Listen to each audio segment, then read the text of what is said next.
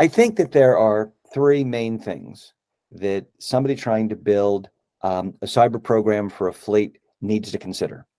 The first is that take a risk management approach to cyber, just like you would with anything else on board your boat. That means what you need to do from a cyber perspective is take a real good risk assessment of the vulnerabilities in your systems. First of all, that means you need to know what cyber assets you have and how they're being used. You need to determine what the vulnerabilities are of the various systems, and you need to have a process for doing that. But then you also need to prioritize. You're not going to be able to secure everything all at once. You know, there's the stock standard 80-20 rule that we always run across. You know, if it's not 80-20, it's, 85-15, what have you. But, 80% of my problems can be fixed if I address 20% of these issues.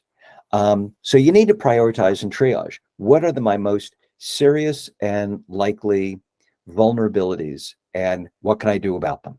And that's going to resolve a whole bunch of your problems if you take the appropriate mitigations and you continue to monitor them.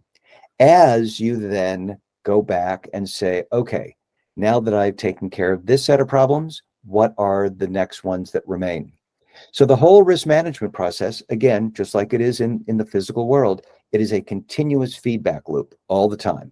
This is not something that you do once and then you're done with it.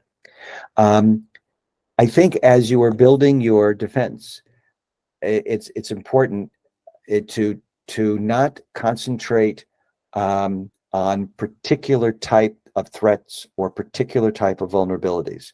Take an all hazards approach, concentrate on the vulnerabilities rather than the threats, and that will do you in good stead.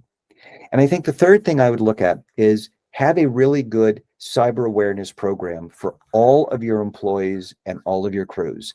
Everybody who touches a cyber asset needs to be brought into the cyber safety culture, because ultimately it is your people who are frequently the first line of attackees, which makes people also then the first line of defense.